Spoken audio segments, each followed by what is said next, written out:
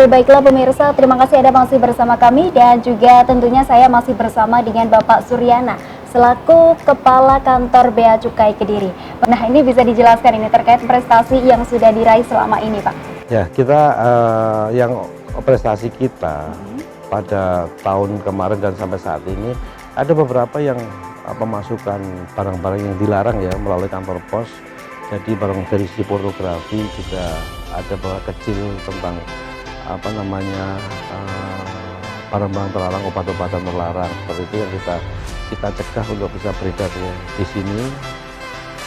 Terus juga rokok-rokok ilegal yang beredar di sini, walaupun tadi pada akhirnya dengan pencegahan yang terjadi itu kita semakin hilang rokok yang ada di sini. Jadi saya pikir itu satu prestasi lah buat kantor Bea Cukai Kediri. Oke, baiklah. Dan pastinya ada banyak prestasi yang lain juga ya Iya. yang diberikan. Jadi kalau prestasi diukur dari tangkepan, dari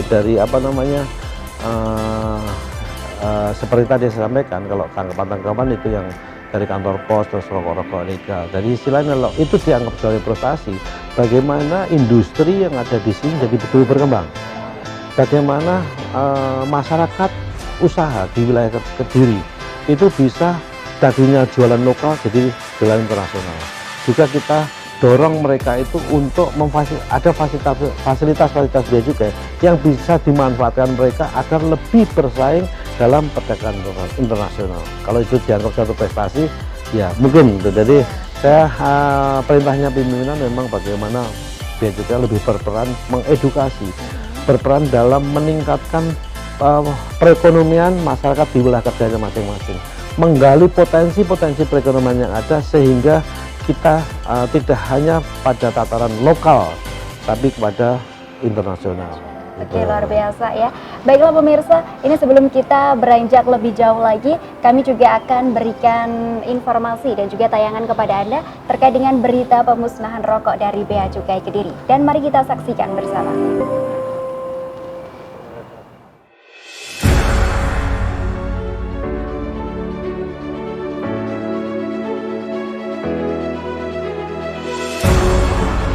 Bea Cukai Kediri memusnahkan barang bukti tindak pidana cukai hasil sinergi penindakan periode tahun 2017 dan semester 1 tahun 2019. Pemusnahan dilakukan di halaman kantor Bea Cukai Kediri pada 10 Oktober 2019 lalu. Barang-barang hasil penindakan tersebut merupakan barang tegahan di bidang kepabeaan, yaitu barang kiriman luar negeri yang masuk dalam kategori barang larangan atau dilarang untuk impor, dan barang pembatasan atau dibatasi impornya karena perlu izin dari instansi yang berwenang. Selain itu, barang yang dimusnahkan juga berasal dari hasil operasi penindakan atas pelanggaran ketentuan di bidang cukai yang dilakukan oleh unit pengawasan KPPBJ Tipe Madya Cukai Kediri. Selain dihadiri pegawai Bea Cukai Kediri, juga Kejari Kediri, Badan Pengawas Obat dan Makanan BPOM Kediri, dan sejumlah tamu undangan lainnya.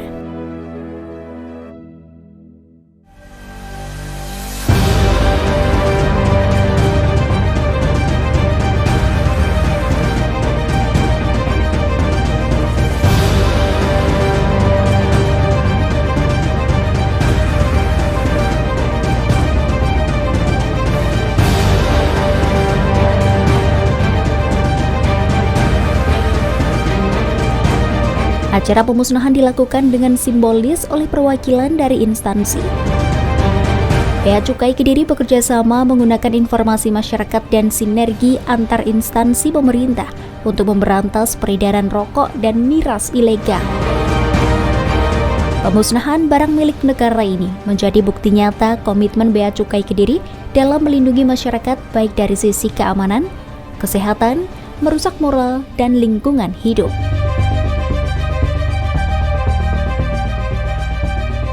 Sebenarnya tergantung siapa yang menangkap. Kebetulan barang bukti yang di belakang ini yang menangkap Bea Cukai menggunakan undang-undang cukai sehingga prosesnya sampai ke kejaksaan. Tetapi kalau tes piring tidak, hanya di pengadilan atas kuasa aja. Sehingga tapi sebenarnya yang memusnahkan tetap harus kejaksaan sebenarnya. Kegiatan hari ini merupakan selain daripada tindak pidana terhadap cukai, ya tindak pidana kepabeanan. Selain itu juga tindak pidana kepabeanan. Kita mengemban amanah dari pasal 53 Undang-Undang Kepabeanan dan Undang-Undang Cukai. Kalau terkait dengan kepabeanan termasuk barang lartas dan larangan pembatasan yang masuk di melalui kantor pos. Jadi perlu kita sampaikan bahwasanya wilayah kerja kami ada di Kota Kediri, Kabupaten Kediri, Nganjuk, dan Jombang. Selain dari rangka tugas asistensi terkait dengan industri, kita juga melakukan tindakan pencegahan masuknya barang-barang yang dilarang, dibatasi atau membutuhkan izin dari instansi pemerintah yang lainnya. Karena dari BPOM, dari kesehatan, dari kepolisian, bahkan dari cetak, dari kejaksaan, kita yang jadi pintu pertamanya.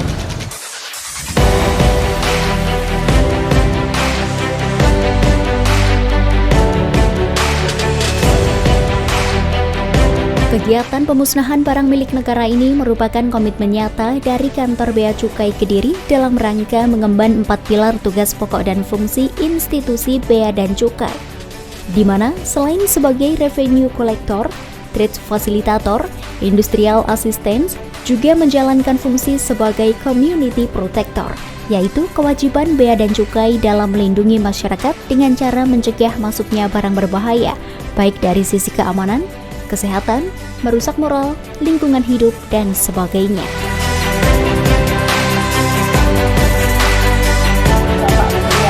Bapak bisa dijelaskan terkait dengan pemusnahan barang bukti. Nah, ini apa saja yang dimusnahkan? Ada obat-obatan ya, obat-obatan yang tidak memenuhi perizinan dari instansi terkait, dari BPOM, terus juga terkait dengan barang-barang pornografi.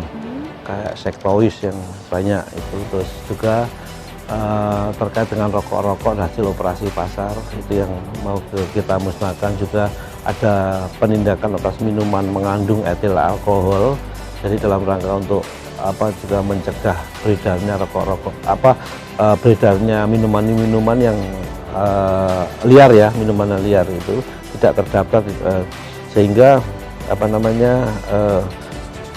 ke depan itu masyarakat bisa terbebas dari barang-barang yang ilegal. Jadi sesuai dengan tagline kita itu, legal itu mudah, bersih itu indah. Ya, oke, baik. Terus kalau untuk pesan khususnya sendiri nih kepada masyarakat, khususnya di wilayah kerja Bea Cukai Kediri sendiri, dengan setelah dilakukannya pemusnahan barang bukti ini seperti apa?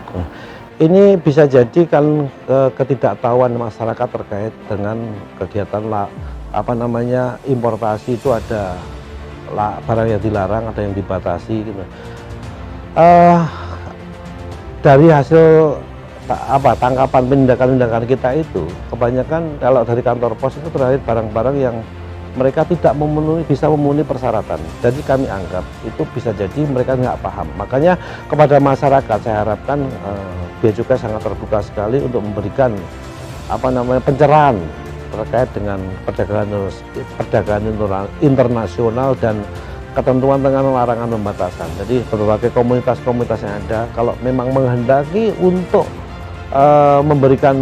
mendapatkan ilmu tentang kebiacukai, ilmu tentang perdagangan, kita siap untuk memberikan sosialisasi pada mereka. Dan sekarang saat ini kita sudah berkomunikasi dengan dinas-dinas yang ada dari kabupaten kota yang di wilayah kerja kita juga sering memberikan pencerahan terkait ekspor impor kepada para UKM di kita, sehingga UKM itu bisa berkembang untuk perdagangan internasional. Jadi gini, jadi di kita kita sudah klasterkan UKM itu UKM yang memang dia sudah melakukan perdagangan internasional, sudah melakukan ekspor, namun dia belum memanfaatkan fasilitasi bea cukai. Ada pembebasan bea masuk dan pajak dalam rangka impor apabila barangnya diekspor kembali, jadi ada namanya program KIT-IKM. Yang kedua, dia memiliki kemampuan ekspor tapi tidak memiliki pengetahuan tentang ekspor. Nah, itu ada banyak sekali juga kita edukasi lagi pada mereka, dan secara prodik kita datangi mereka untuk memberikan pencerahan pemahaman tentang ekspor impor. Yang ketiga, yang memang punya potensi tapi nggak tahu sama sekali. Tidak tahu menurut kami itu punya potensi tapi tidak memiliki kemampuan pemahaman bahkan gambaran tentang perdagangan. Itu pun kita cari supaya mereka lebih bisa memahami potensi yang ada di industri mereka.